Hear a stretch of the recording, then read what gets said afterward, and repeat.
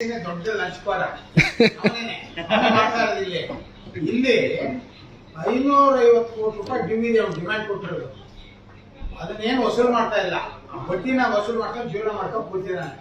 ನಮ್ದು 10 ವರ್ಷದಿಂದ ಪೇಪರ್ ಇಟ್ಕೊಂಡು ಕೂತಿದ್ದಾನೆ. ಪಬ್ಲಿಕ್ ದಯವಿಟ್ಟು ಬನ್ನಿ. ಎನ್ಫೋರ್ಸ್ಮೆಂಟ್ ಕಾಂಟ್ರಾಕ್ಟ್ ಅಂತ ಈಗೆಲ್ಲ ಎನ್ಫೋರ್ಸ್ಮೆಂಟ್ ಕಾಂಟ್ರಾಕ್ಟ್ ಫ್ರೀಯಾಗಿ ಮಾಡೋದು, ನಾನು ಫ್ರೀಯಾಗಿ ಮಾಡಿ ದುಡ್ಡು ಕೊಡೋದು ನಾನೇ BBMPಗೆ. ಆದ್ರೂ ಅವ್ನು ಇಟ್ಕೊಂಡು 3 ವರ್ಷದಿಂದ ಯಾರು AC ಶ್ರೀಧರ್ ಮೂರ್ತಿ ಅಂತೇಳಿ 60% ಲಂಚ ಕೇಳ್ಬಿಟ್ಟು 3 ವರ್ಷದಿಂದ ಬಂದು ಇನ್ನೂ 1 ವರ್ಷ 7 ತಿಂಗಳು ಇಲ್ಲಿ ಇರ್ತಾನೆ. ಜುಲೈ ಆಫ್ ನೆಕ್ಸ್ಟ್ ಇಯರ್ ತನಕ ಅಲ್ಲಿ ತನಕ ಕೊಡೋ ತನಕ ನೀವು ಫೈಲ್ ಮಾಡಲ್ಲ ಅಂತೇಳಿ ಇಟ್ಕೊಂಡು ಕೊಡ್ತೀನಿ. ಅದರಿಂದ ಅದಕ್ಕೆ ನೀವು ಹೋರಾಡ್ತೀರಿ, ನಮಗೂ ಕೆಲಸ ಮಾಡ್ಕೊಳ್ಳಿ ಅಂದ್ರೆ ಓಪನ್ ಆಗಿ ಹೇಳಿದಾರ ನೀವು ಮಾಡ್ಕೊಡಲ್ಲ ಅಂತ. ಇದಾರ ಸರ್ ಅವ್ರೀಗ ನಿಮ್ಮ ಎದುರುಗಡೆ ಏ ಇಲ್ಲ ಇಲ್ಲ ಇಲ್ಲ ನಾವ್ ಹಂಗೆಲ್ಲ ಹೇಳೋದು. ಅವನಿಗೆ ವಿಟ್ನೆಸ್ ಬರಲ್ಲ. ಇಲ್ಲೇನ್ ಮಾಡ್ತಾರೆ, ಆಫೀಸರ್ನ ದುರುಪಯೋಗ ಪಡಿಸ್ಕೊಂಡು ಇವ್ರನ್ನ ವಿಟ್ನೆಸ್ ಅಲ್ಲ ನಿಮ್ದು ಡಾಕ್ಯುಮೆಂಟ್ಸ್ ಎಲ್ಲ ಕ್ಲಿಯರ್ ಇದೆ ಅಲ್ವಾ? ಎಲ್ಲ ಕ್ಲಿಯರ್. 17 ಸಲ ಕಮಿಷನರ್ ಬೇರೆ ಕಡೆ 17 ಸಲ ಅಪ್ರೂವ್ ಮಾಡಿ ID ಕಾರ್ಡ್ ಹಾಕೋಬೇಕು ಸರ್ ನೀವು. 17 ಸಲ ಸರ್ಕಾರದಿಂದ ತಾನೇ ಬಂದಿರೋದು. ID ಕಾರ್ಡ್ ಅಲ್ಲಿ ಇದೆ. ಬನ್ನಿ ಸರ್ ಅವ್ರನ್ನ ಕೇಳೋಣ. ಬನ್ನಿ. ಇಲ್ಲ ನಾನೇ ಹೇಳ್ತಾ ಇದ್ದೀನಲ್ಲ, ಹಾಕೊಳ್ಳಿ ದಯವಿಟ್ಟು. ಈಗೆಲ್ಲ ಎನ್ಫೋರ್ಸ್ಮೆಂಟ್ ಅವ್ರದ್ದು ಅಂತ ಕೇಳಬೇಡಿ. ರೆಗ್ಯುಲರ್ ಆಗಿ ಇಲ್ಲಿ ಏನೇನಾಗ್ತಾ ಇದೆ ಪೇಪರ್ನ ನಾನು ನೋಡ್ಬೇಕು, ಎಷ್ಟು ಬ್ಯಾಲೆನ್ಸ್ ಇದೆ BBMPಗೆ ಇದನ್ನ ಅಂತ ಕೇಳ್ಕೊಳ್ಳಿ. ಕೇಳಿ ಅದನ್ನ ನಾನು ಬಂದಲ್ಲಿ ಹೇಳ್ತೀನಿ. ಅಲ್ಲದೆ ನಾವು ನಿಮ್ಮನ್ನ ಕರ್ಕೊಂಡ್ ಬಂದೀನಿ ಅಂತ ಹೇಳಿ ಪ್ರಾಣ ಸಿಗ್ತಾನೆ.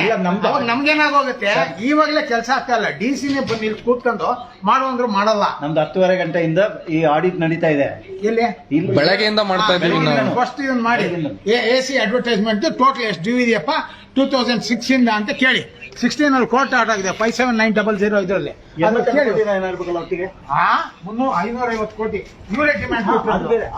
ನಾನು ಹೇಳಿದ್ ಬರೀ ಬಸ್ ಸ್ಟಾಪ್ ಗಳದೇ 82. ಇಲ್ಲ ಅದು ಒಂದು ಇಟ್ಕೋಬೇಡಿ ಸರ್. ಟೋಟಲ್ ಅಡ್ವರ್ಟೈಸ್ಮೆಂಟ್ ಎಷ್ಟು ಡ್ಯೂ ಇದೆ, ಯಾಕೆ ವಸೂಲು ಮಾಡ್ತಾ ಇಲ್ಲ?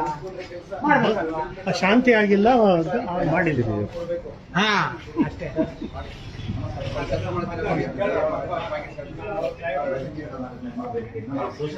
ಸರ್ ಬರ್ಬೋದಲ್ಲ? ನಾವು ಫೇಸ್ಬುಕ್ ಲೈವ್ ಹೋಗ್ತಾ ಇದೆ. ನೀವು ಓಡೋಗಿರ್ತೀರ, ನಾನು ದುಡ್ಡು ಮಾಡೋ ಜನ, ಆಮೇಲೆ ನಮ್ಮ ಎಲ್ಲ ನಾವು ಮಾಡ್ಬಿಟ್ಬಿಟ್ಟಿರೋದೇ ಇವತ್ತು ಮಾಡಕ್ ನಿಮ್ಮಲ್ಲಿ ನೀವು ಕ್ವಶನ್ ಮಾಡಿ ಡ್ಯೂ ಇದೆಯಲ್ಲ ಸರ್, ಅದು ರಿಕವರಿಗೆ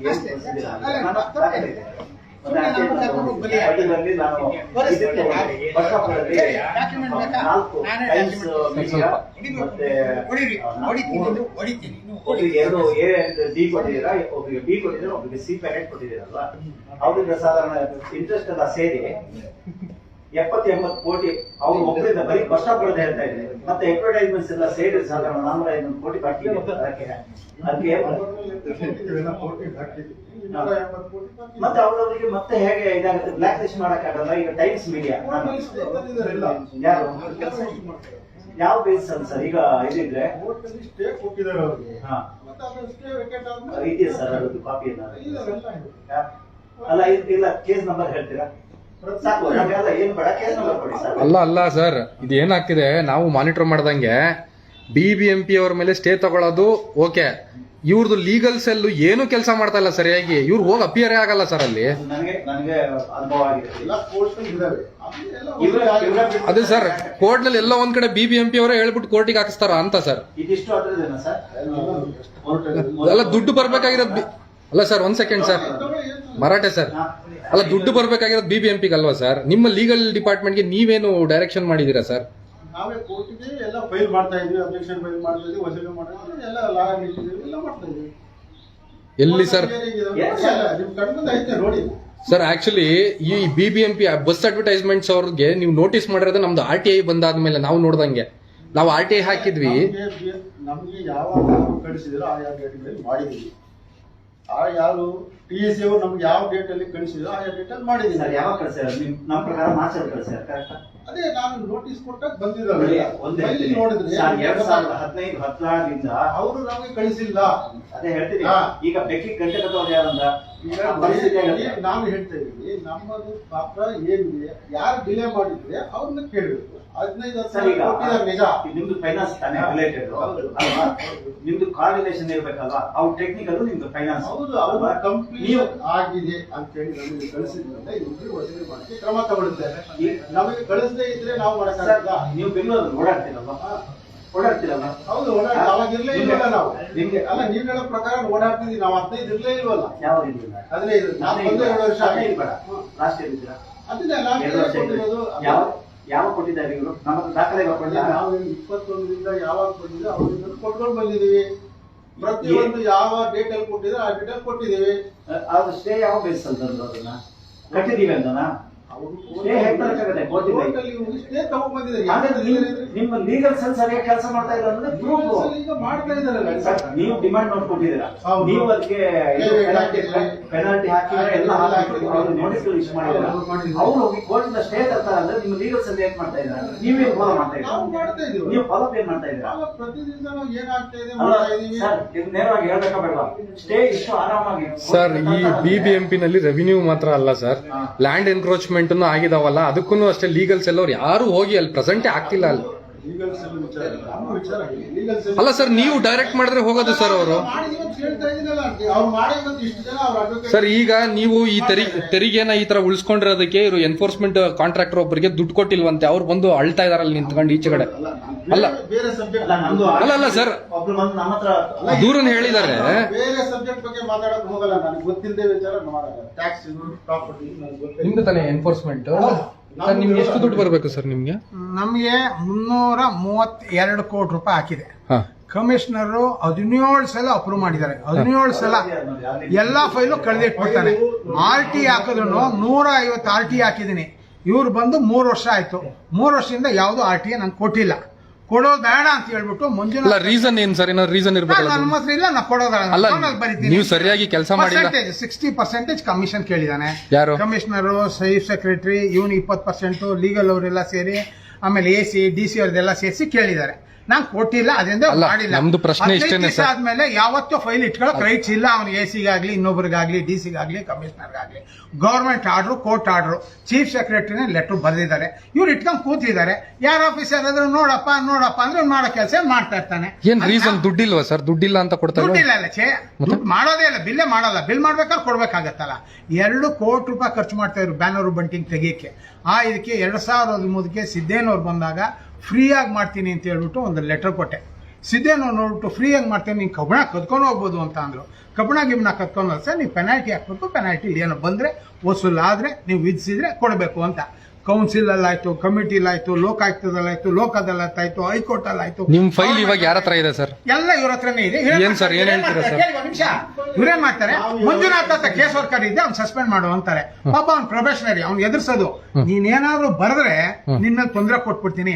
ಎಲ್ಲ ಫೈಲ್ ನಂದು ಎಷ್ಟಿದೆ, club all the multiple files and the same subject ಅಂತ ರಶ್ಮಿ ಅವರು ಆರ್ಡರ್ ಮಾಡಿನೇ 6 ವರ್ಷ 8 ವರ್ಷ ಆಗೋಗ್ಬಿಟ್ಟಿದೆ.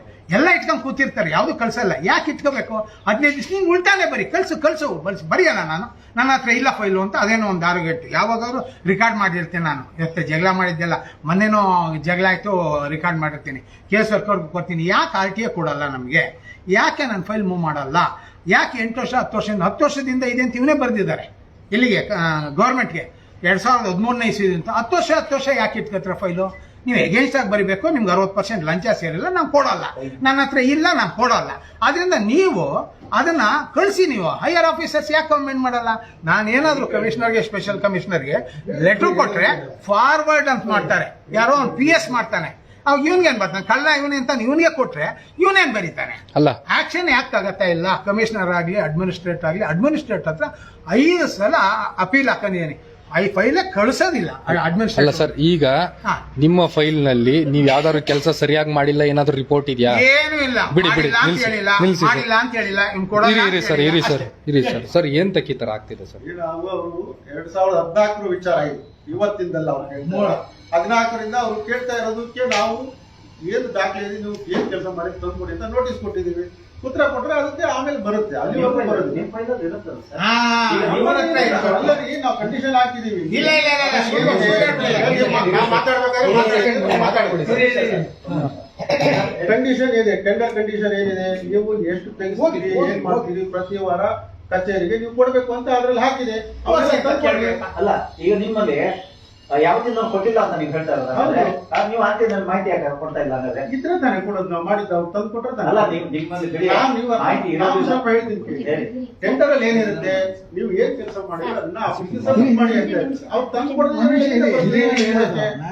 ಸರ್ ಎಕ್ನಾಲೇಜ್ಮೆಂಟ್ ಇದೆ ಅಲ್ವಾ ಸರ್? ಸರ್ ನಾನೇನು ಹೇಳೋದು, ಇವಾಗ AC ಅವರು ಮಾಹಿತಿ ಇದೆ ಅಂತ ಕಮಿಷನರ್ ಸೈನ್ ಹಾಕಿ ಅಪ್ರೂವ್ ಮಾಡಿ ಕೊಟ್ಟಿದ್ದಾರೆ, ಕೌನ್ಸಿಲ್ ಅಪ್ರೂವ್ ಮಾಡಿದೆ. ಕೌನ್ಸಿಲರ್ ಅಲ್ಲ ಯಾವತ್ತಾಗ 198 ಜನ ನಮ್ದು ತೆರವುಗೊಳಿಸೋ ತನಕ ನನ್ನ ವರ್ಕೌಟ್ ಕಂಟಿನ್ಯೂ ಆಗಿದೆ. ನಮ್ಮಲ್ಲಿ ನಾನು ಮಾಹಿತಿ ಕೊಡ್ಬೇಕು ಅಂತ ಎಲ್ಲೂ ಇಲ್ಲ. ನಿಮ್ಮ ಹತ್ರ ಎಷ್ಟಿದೆ ಅಂತ ಮಾಹಿತಿ ನೀವು ಇಟ್ಕೋಬೇಕು, ನೀವೆಷ್ಟು ತೆಗಿಸ್ಬೇಕು ಅಂತ ಹೇಳ್ಬೇಕು. ಇವಾಗ ನೀವು ಬಂದಿದ್ದೀರಾ, ಇವ್ರು ಎಲ್ಲಾರು ಕ್ವಶನ್ ಮಾಡಕ್ಕಾಗತ್ತಾ?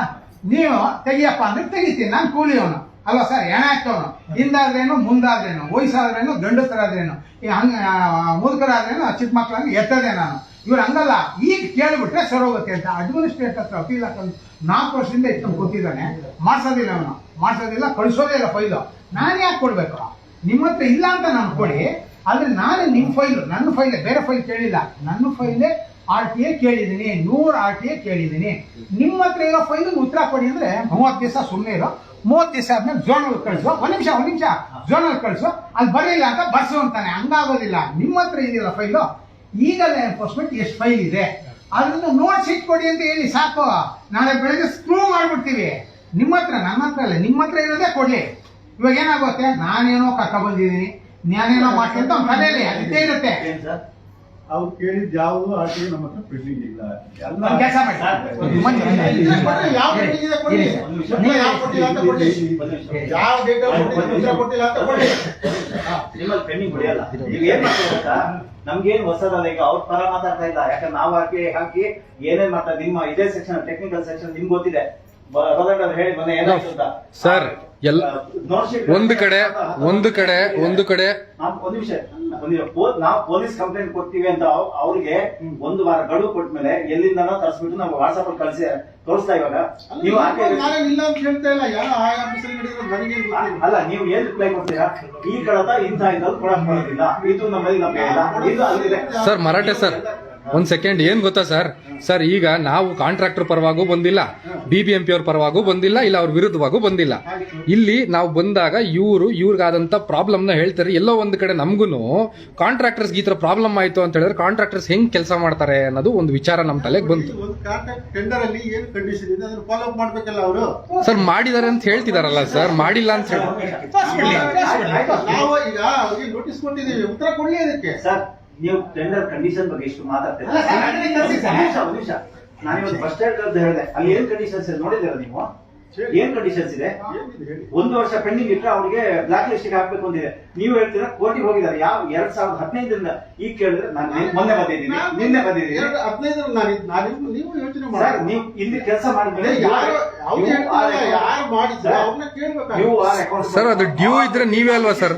ನಾನು ಯಾವಾಗಿಂದ ಬಂದು ಅದಕ್ಕೆ ಅಕೌಂಟ್ ಹಳೇದು ಯಾರೋ ಏನೋ ತಪ್ಪು ಮಾಡಿ ಪ್ಲಾನ್ ಮಾಡಕ್ ಬರುತ್ತಾ? ನೀವು ರಿಪೋರ್ಟ್ ಮಾಡ್ಬೇಕಾ ಬೇಡವಾ? ಅದು ಸರಿ ಇಲ್ಲ, ನೀವು ಅದನ್ನ ಮಾಡ್ತಾ ಇಲ್ಲ. ಗೊತ್ತಿದ್ರೆ ಮಾಡ್ತೀವಿ. ಒಂದೆರಡು ನಿಮಿಷ ಗವರ್ಮೆಂಟ್ ನಿಂದ ಲೆಟರ್ ಬರೆದಿದ್ರೆ ಇವ್ರು ಅಪೀಲ್ ಹಾಕಿದ್ದಾರೆ.